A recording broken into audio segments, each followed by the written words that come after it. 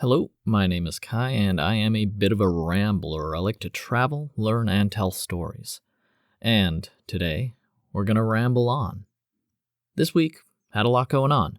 A lot of the same stuff I've been doing last week, because I started playing Subnautica, and that's taken over the past 6 days or whatever. But I'll start from the beginning of the list so I can kind of go chronologically.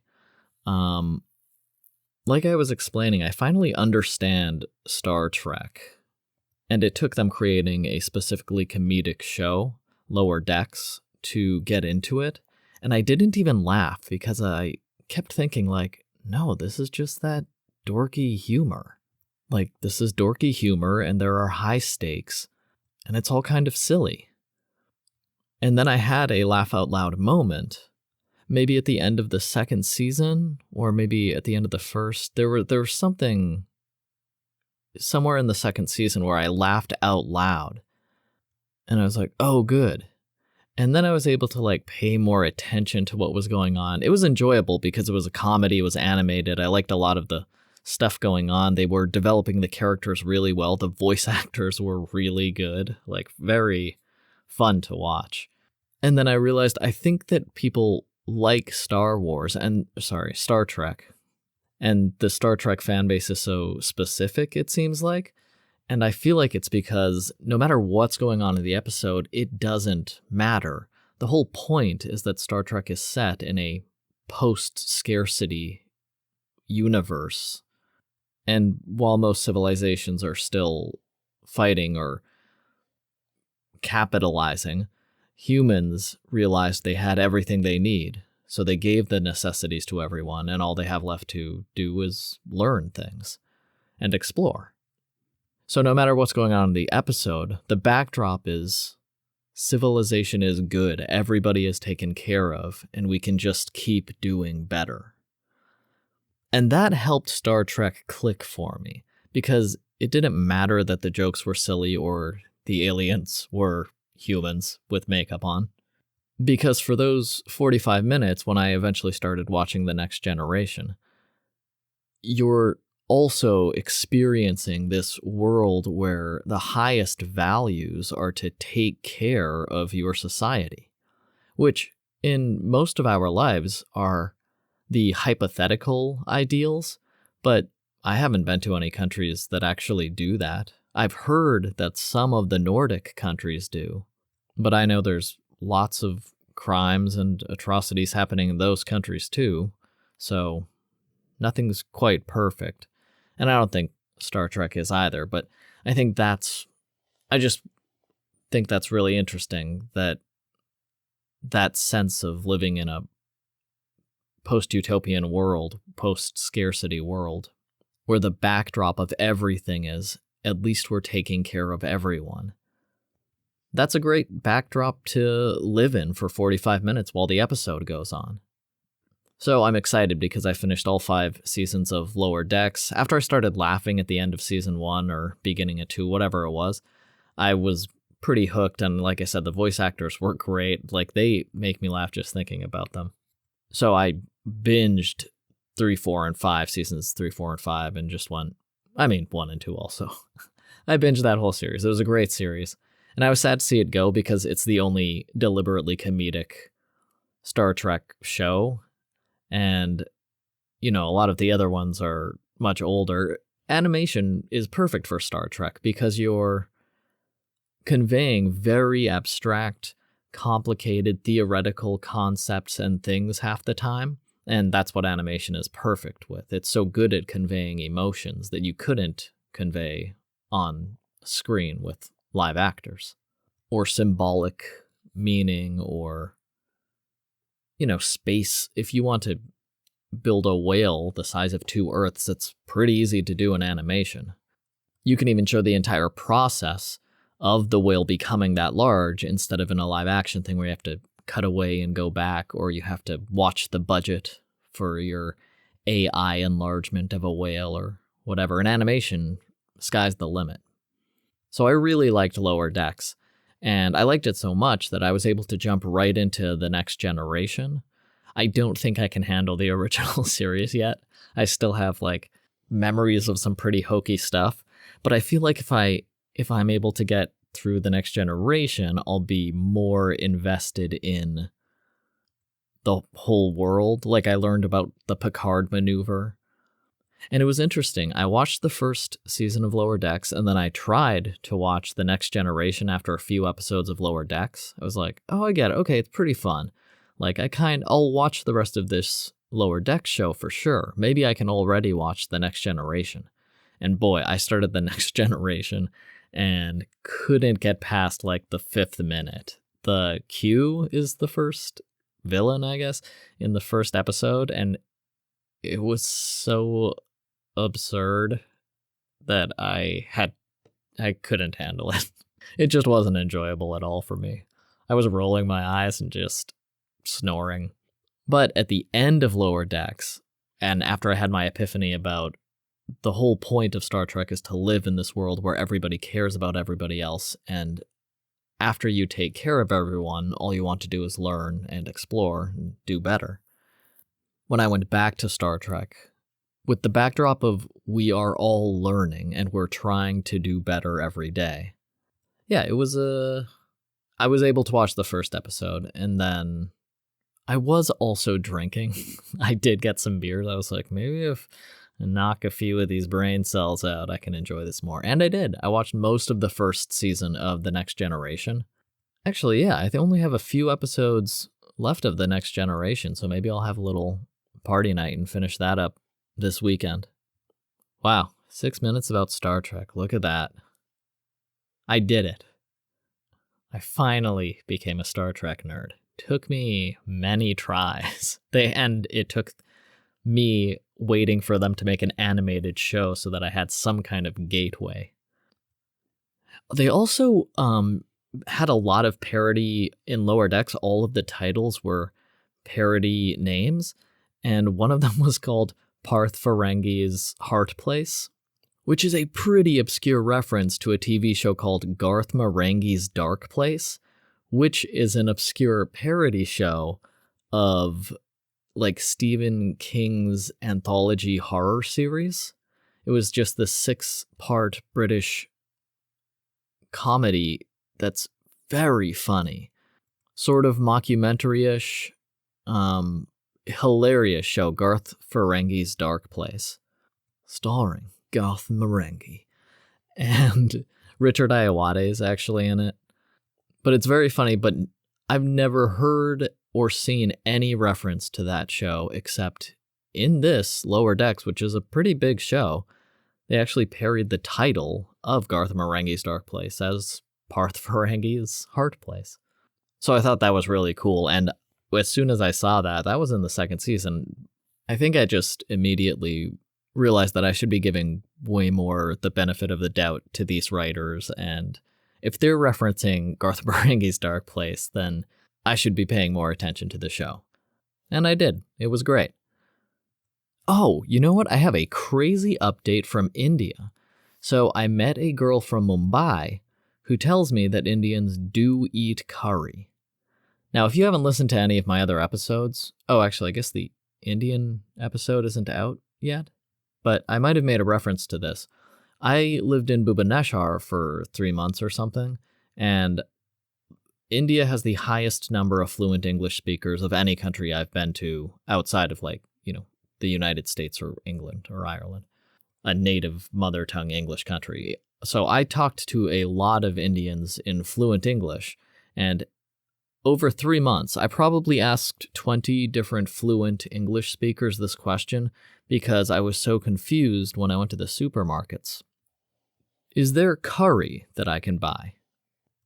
And every single one in Bhubaneswar, every single one said, oh no, we don't really like curry. That's kind of like a British colonial thing. It just takes all the flavors and mixes them together, but there's not like one brown Indian curry. We have this dish and this dish and this dish, but we don't just have curry. And these were fluent English speakers. They knew exactly what I was saying. They were talking back to me. And they explained it in many different ways because I asked so many people, because I couldn't believe that Indians didn't eat curry when the first guy told me that. Because I asked him if there was curry in the supermarkets, and he was like, oh, you can probably find it somewhere at the big ones, but it's just not a very popular food in India. And I was like, excuse me, what? And then every single Indian person I asked after that confirmed that first guy's assessment that Indians don't really eat curry.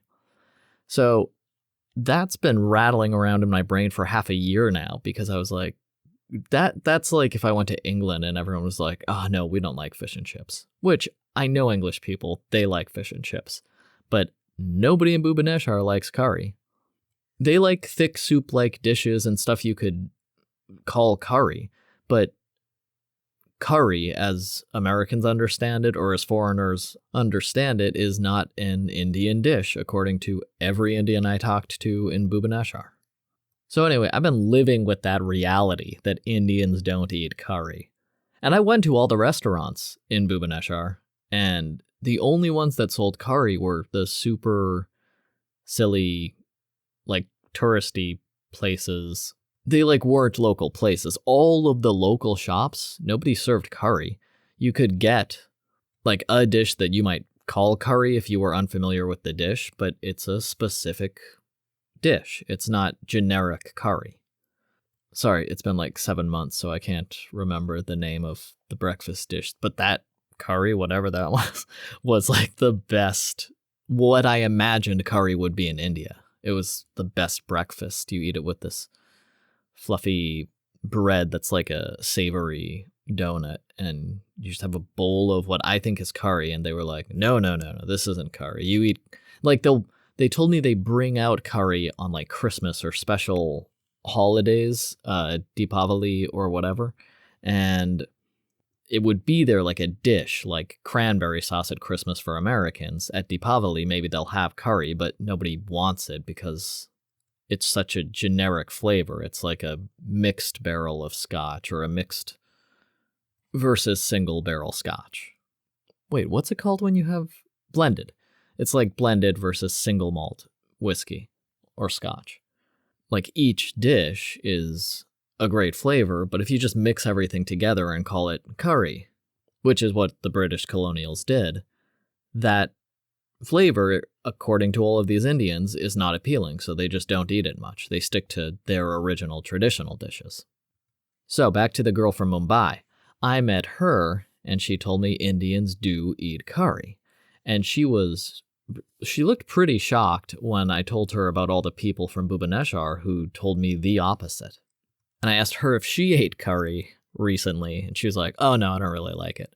And I asked her if she could buy it in supermarkets, and she says, not really, it's not very popular. Like, you can't just buy it off the shelf in supermarkets. And I was like, do people make it, like, at home in Mumbai then? Maybe it's just a regional thing. They don't in Bhubaneswar, but they do like to make it at home in Mumbai. She was like, oh no, nobody would ever make it. So to me, it was sounding like, yeah, curry, not a popular dish. But she told me, but you can get it in restaurants. So I don't know. The Bhubaneswar people, and I was there for 3 months. I talked to so many people over so many times, and everyone told me the exact same thing. I'm still siding with them, since the Mumbai girl basically confirmed that none of the locals eat it. And the only place you can get it is in, like, a restaurant where you would be expected to find touristy dishes that are more palatable to everyone. But locals, according to her now, also don't really eat curry. I wish I had asked the girl on the plane I talked to for like 3 hours. But she was from Mumbai also, so one person's a representative sample anyway, right? Anyway, that's the curry update. And India has like 50 states. They have a lot of states. I don't know how many exactly. But you know it's really easy to look up? 28. India has 28 states. And that's going to be my number one question anytime I meet anyone from India. Because I am curious if it's regional. And in my head growing up, it was like curry is from India. And then I went to India and they're like, nah, that's just like British colonial mixed crap. This is real Indian stew or soup, or I don't know what they called it. They just called everything by its specific name. And I couldn't remember anything. Like, my Hindi was so bad. And they weren't even speaking Hindi in Bhubaneswar. They spoke something else There are a lot of languages there, and I learned none of them. I studied Hindi, and I sucked at it, and I didn't get anywhere. And nobody spoke it anyway. Oh, you know what made me laugh out loud? In Star Trek, when the character Peanut Hamper is introduced, that name is like the funniest name I could imagine coming up with. So, Lower Decks is worth watching just so you can see them talk. Like, Peanut Hamper shows up, and then every time they talk to her, they have to say the name Peanut Hamper, and it's really funny. I'm still laughing about it. All right, moving down the list, I found $1 on the ground in the hallway, and that's 2 beers here.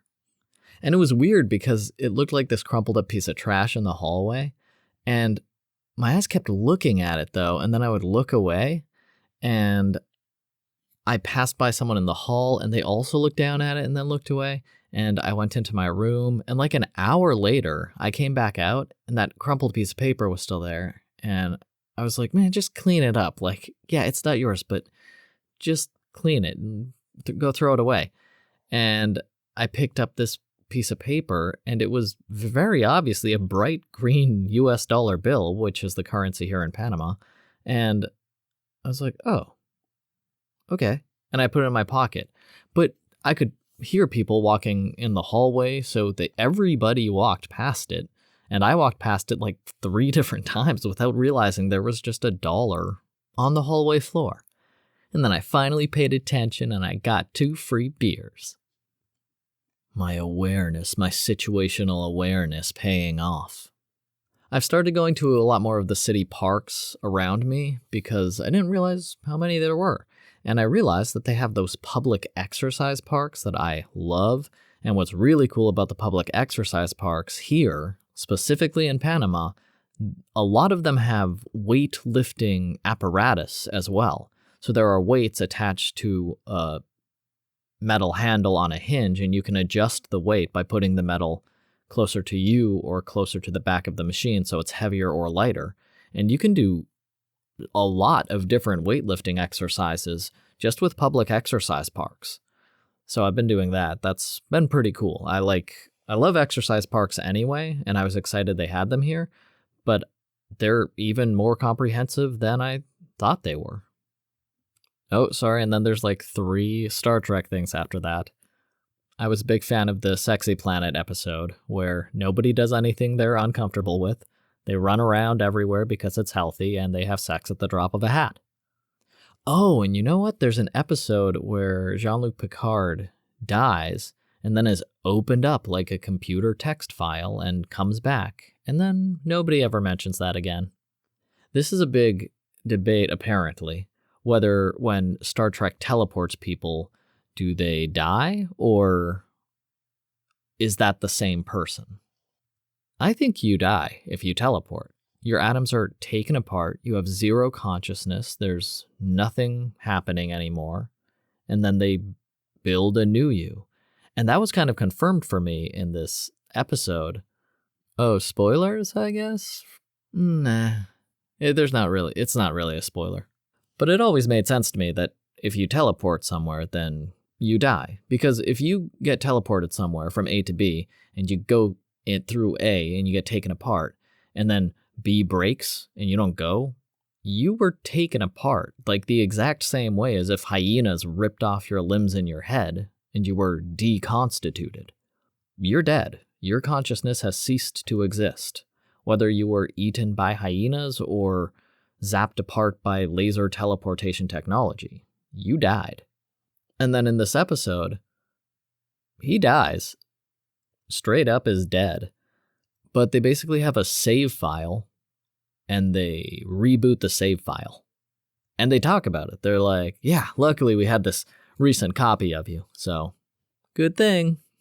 And then he's not dead anymore. So I feel like that kind of settles the debate. People who think teleportation people aren't dead. Man, I was really surprised when I found out there were only 5 seasons of Lower Decks. Like, it seems like it was a slam dunk show with a pretty dedicated fan base. But I think that was right around the same time all the shows got axed. Like HBO Max canceled all their animation in like 1 year. Maybe that's what happened. Oh, I've been hanging out with a bunch of mapaches lately.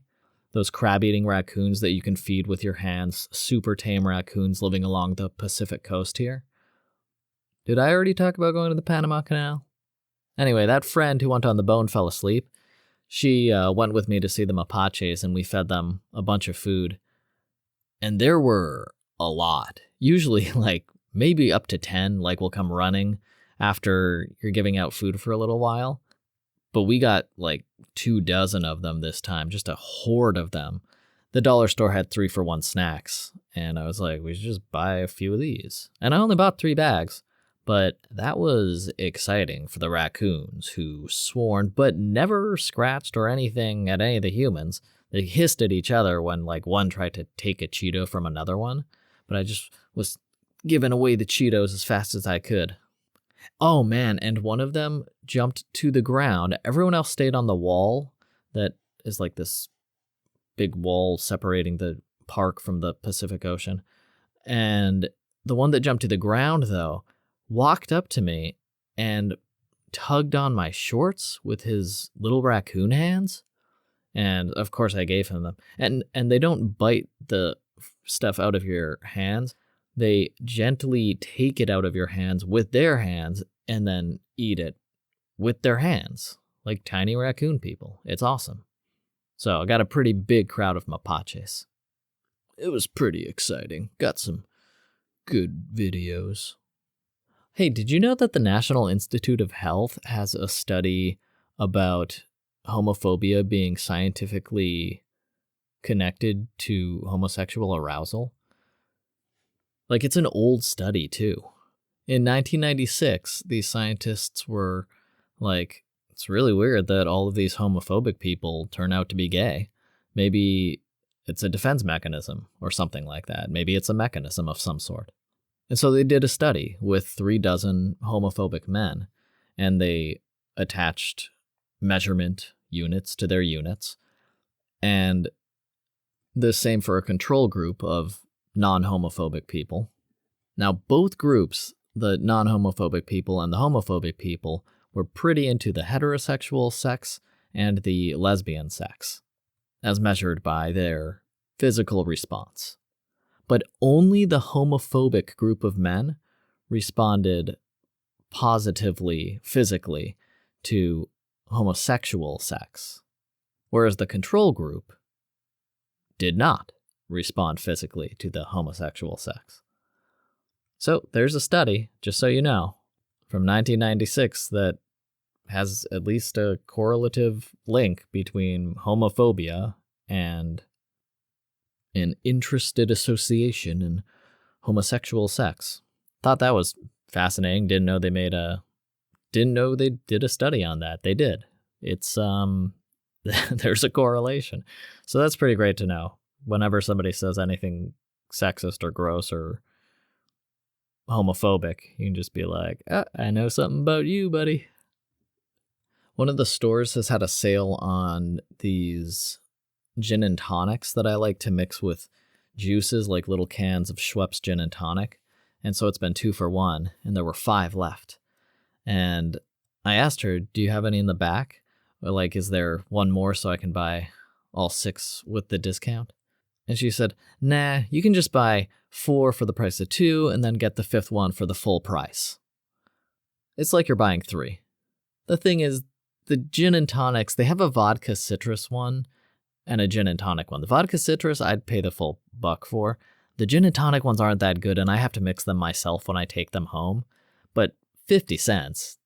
And this store is literally across the street from my apartment. But I don't want to pay a whole dollar for the gin and tonic. So I was like, oh, okay, I'll just get 4 then. And she made the shittiest face. Like, she was so pissed off that I wouldn't just buy the last one at full price when I was already buying all the other ones at a discount. I did go by and pay full price for a bunch of the vodka and citrus ones a few days later because I needed to finish. Oh, a super funny show. Is that on this list? It wasn't. Detroiters. I gotta talk about Detroiters. Tim Robinson from I Think You Should Leave and Sam Richardson made a show together called Detroiters. These two ad men living in Detroit. Funny that. And I laughed out loud in the first episode. I actually rewound and rewatched this one line that Sam Richardson says maybe 10 times. I used to do that when I was like a kid. If there was one really funny line, I'd rewind it and watch it again because the delivery and obviously the writing, and it was all just like perfect, and it just hit me right in the funny bone. And that happened in this first episode of Detroiters.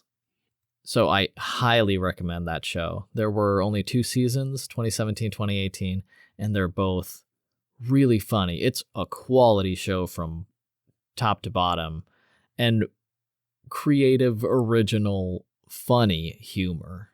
I laughed out loud on every episode, and sometimes multiple times in the episode. There was no single episode where I was like, this one's kind of a dud. All 20 episodes, I think it's 10 per season, are gold. It's so funny. It made me look for literally every other thing that Tim Robinson has been in. Highly, highly recommend Detroiters. And that's another show that I watched so fast and so often under the influence that I'm really excited in a few months I'll forget everything and I'll get to watch it all again, almost like new. Yeah, man, that show is so funny. I booked a third month in Panama because Panama rocks, and I'm getting a bunch of these podcasts done, I'm getting a bunch of work done, designing some cool t-shirts, playing way too many video games, and there's so many new things to try. Like, I was walking home, and 2 minutes from where I live, there's this bar, and I see it every day, and I never noticed before on Wednesdays, because I walk by it to get home every day, like literally every day, and they have 2-for-1 wings on Wednesdays, so I was just like, and I got them, and they were fantastic. And if they have that next Wednesday, I'm going to go back again. It's like 50-cent wings at a big-ass fancy steakhouse. Oh, I was listening to the Decoder Ring podcast, and they told me they had a linguist, a language history person. Oh, that is a linguist. Jeez. They had a linguist on to explain the ass intensifier, big ass, wet ass. Man, Campbell's soup is just wet ass food. That's from Detroiters. Campbell's soup is just wet ass food. Anyway, ass has become an intensifier like very, and they went into the whole history of it and talked about how they have those words in other languages. It was a really interesting episode. Decoder Ring, if you want another podcast. But you should listen to 5-4 and Know Your Enemy. And Bit of a Rambler. Oh, wait, you are. Oh, so I watched all of the Mission Impossibles because I saw the 8th one in the theater. So I just decided to watch 1 through 6 again because I only watched all of those once, and 7, but I watched that last year or whenever it came out. Mission Impossible 2 used to be my favorite. I watched that one like 20 times when I was a kid. Maybe, probably more actually. But Tandy Newton was definitely a big part of that rewatchability. It's as hyperbolic as I remember it. The other thing that made me watch it over and over was when Tom Cruise is climbing the mountain. And I watched the background mini documentary they had on the DVD, and he was actually climbing that mountain. He was only attached by one safety wire that they digitally removed. But in the movie, when Tom Cruise is climbing that mountain and he jumps, that's Tom Cruise. Like, it's crazy. Mission Impossible 1 was actually a lot better than I remember it being. Mission Impossible 1 was a lot of fun. I think because it was like old-timey spy, more like, and I only watched it once, like with my parents when I was 10, and I was pretty bored because there were no flashing lights. But it was great watching it again now, and watching them all again. It was fun watching them all. Great to see Philip Seymour Hoffman again, Michelle Monaghan. Pretty bummed that she did whatever she did to her face so that she could come back for 6 or whatever. She looked fine, old or whatever, middle-aged. You don't need Botox, folks. People are people. Y'all look like people. And pretty people are pretty. Michelle Monaghan doesn't need nothing done to her face. She's a pretty lady. Anyway, yeah, it was really fun going through all of Mission Impossible again. It's so crazy that that's such a central part of his public life, being in that series and kind of taking creative control over it. I really want to read a book on Tom Cruise making that Mission Impossible series and how it developed into his story. In Blank Check, David mentioned that it was obvious Mission Impossible was sort of Tom Cruise's way of saving cinema, and the other guy, Griffin, always agreed immediately. And I thought that was a very interesting take on the Mission Impossible series. So I want to read a whole book about the production of these movies and find out what the heck was going on, how they made them so cool, and how they came up with the drive. I wanted to know what the push was behind all of these movies other than the money. Like, what was Tom Cruise trying to do by the end of the series? Oh, so I got my first credit card. I'm using it. It is dumb. It feels like driving a gasoline car. It's just antiquated technology that certain systems appreciate and can take advantage of, and so they're making the rest of the world use that, like a gasoline car or a credit system. So it's slow. Like, I cannot believe how slowly payments and debits and everything is processed compared to QR codes like they use in most countries, where you scan it, instantly transaction history, it shows up right there. Credit statement, I mean, it can take days for them to finish. It just feels so silly. Having been in all of these first world modern countries and then getting this legacy payment system from the US. But I figured they use it, and if I don't leave that country permanently, I might as well have a super high credit score also. Why not? Ooh, video game wise, I got a cool purple controller, USB controller, and so I've been playing a lot more video games. Zelda, Echoes of Wisdom, hadn't heard a peep about this game. It's so much fun. It's a really good, not very difficult game that stars Zelda instead of Link. And the power, like the main mechanism in this one, is that she can create echoes of things. So she sees a bed, she can create like 2 or 3 beds. And if you stack them on top of each other or make a staircase, you can jump over a wall that she needs to get over or something. And it's open world, so you can do whatever.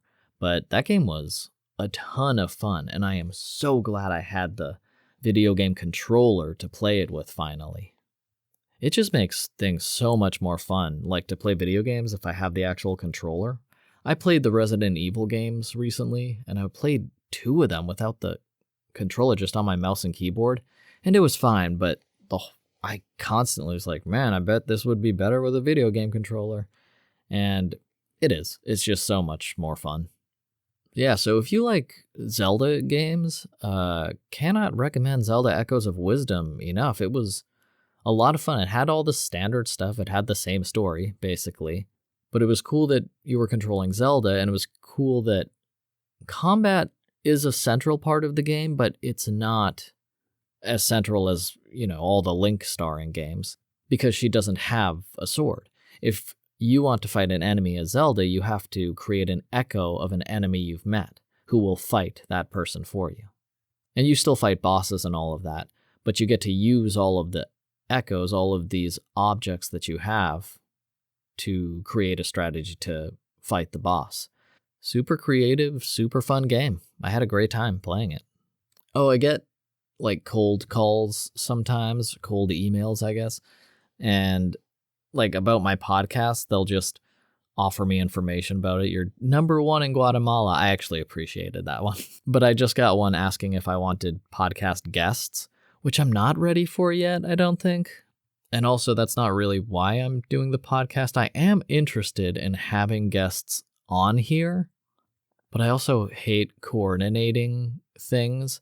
And especially the way I'm doing it now is so whenever I feel like recording. I just don't want to coordinate anything right now. But the email opened with, "Hi, dear." And that's how I know that he's from India, because that's pretty much the only country where everybody says, "Hello, dear," when they talk to you. Like, that's the polite way. I guess that's the polite way they taught Indians in school to speak English, because even some of the fluent speakers in India would say dear when they were talking to me. Even though everything else sounded fluent and perfect, they'd be like, "All right, dear." And I'd be like, "What are you?" "Oh, right, India." So when it opened with "Hello, dear," I was like, "Oh, cool, an Indian." And I actually said yeah, because I was like, why not? Maybe I'll see something. And he sent me a list of 4 names of people who could be on my podcast. But I just don't want to coordinate right now. When I want to, I'll do it, because apparently there are people that connect you with guests. I'm in that sphere now. I'm liking living in this communal hostel thing too, with my private room, but communal kitchen and bathrooms. Like, I don't love communal bathrooms, but the hot water here is great. They clean it every day. It's pretty good as far as communal living quarters go. Oh, which is really popular in Panama, by the way, I should mention. PH refers to a type of building they have here that are apartments, but the kitchen and restrooms are shared. And there's like living rooms that are shared sometimes, like communal areas. So everybody has a private apartment, but there are communal services, which makes the building maintenance a lot cheaper, and it makes the rent a lot cheaper. Because I was wondering how the rent was so cheap in Panama. Like, it's cheaper than Guatemala, and they have 3 times higher salary here in Panama. And I'm in the middle of Panama City, and my rent is like half what it would be in Guatemala. And I know people in Guatemala who are paying twice what I was paying in Guatemala, living on the outskirts of the city. So the rent is really cheap here. Like I said, $250 a month for a private room with daily cleaning service. It's just a pretty good system. But one of the best parts of it is that I meet people. I can't not meet people. And there are bad parts to that, like they're loud, which I don't like. But I don't mind that much. I don't know. I think I've been living alone so long that it isn't bothering as much to hear other people through my walls or walking above me as it used to be. Also, I'm much more relaxed about my work schedule. I was doing a bunch of audiobooks, but now I'm just doing whatever all the time. Playing video games. I don't really care if someone's walking on the floor above me if I'm playing Subnautica for 40 hours, which I am. So I met some cool people here, and this Chinese businesswoman moved in, and we hit it off right away because I speak Chinese, and I just recognized her doing Chinese things in the kitchen. And I was like, Chinese things. And she was like, yes, you know China? And then we became friends. And we talked a lot because we always met each other in the afternoon. She was only here 6 days or something. But we'd see each other when we were cooking dinner, and we'd talk for a while. And I love traveling because I have to be constantly reminded that everybody from a different country has a different cultural mindset. And it's so apparent in China how differently they think about fundamental truths of society. But I haven't been there for a while, so it was interesting to come across this again. You know what? I can't actually tell that story because it kind of spoils my whole popcorn story. So maybe in a couple months. I told her my popcorn story, which she saw in a completely different way, but an extremely Chinese way. As in, if you are a good Chinese person, you do this, and you do not do this. And I like to see that, because it's really interesting that you can think so rigidly. I think so fluidly, and I'm basically adrift. But Chinese people have fundamental societal truths that they must follow. And since I haven't lived there, I kind of forgot about that. And then when I told this Chinese businesswoman that story, and she just responded in the exact only Chinese way a Chinese person would respond, I was like, oh, right, of course. That's how they think. And it was fun, and we hung out until she flew on back to China. She was pretty stressed. She had a bunch of meetings, and I know other salespeople in China. It's not a great job, but there aren't a lot of great jobs in China. And she's very happy that she gets to travel. Oh, and she spoke fluent Spanish. Her Spanish was super good. We talked for a few sentences, and then she asked me where I was from because my Spanish is terrible. And we start speaking English again. And her English wasn't great, but between her English and my Mandarin, we communicated pretty good. You know, I think I like dogs again. For a long time, I was very angry at dogs because I was narrating audiobooks, and dogs are very loud in many of the countries I was at. Every country, actually. Dogs are just loud things. They bark. So I'd get really angry at dogs barking outside my window because I wasn't able to narrate. But I was attaching myself too much to narration, so I've kind of pushed that off to the side and decided to do that less, so I don't care about it as much.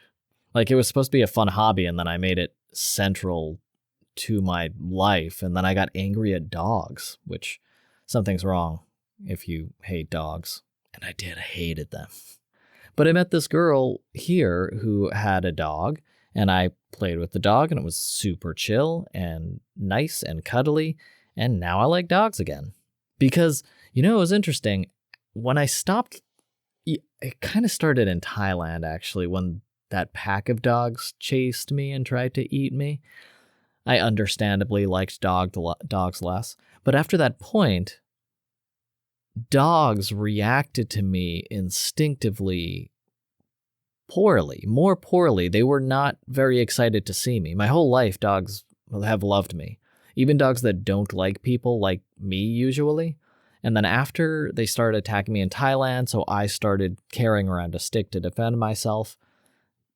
I had that posture and dogs could smell it or whatever, and they didn't like me as much. They all liked me fine, but they weren't crazy about me. And then I started doing narration, and then I hated dogs more, and they knew I hated them more. And then I just hung out with this little dog for like 10 minutes, and I was like, all right, I like dogs. And all the dogs love me again, like they did for the first 30 years of my life.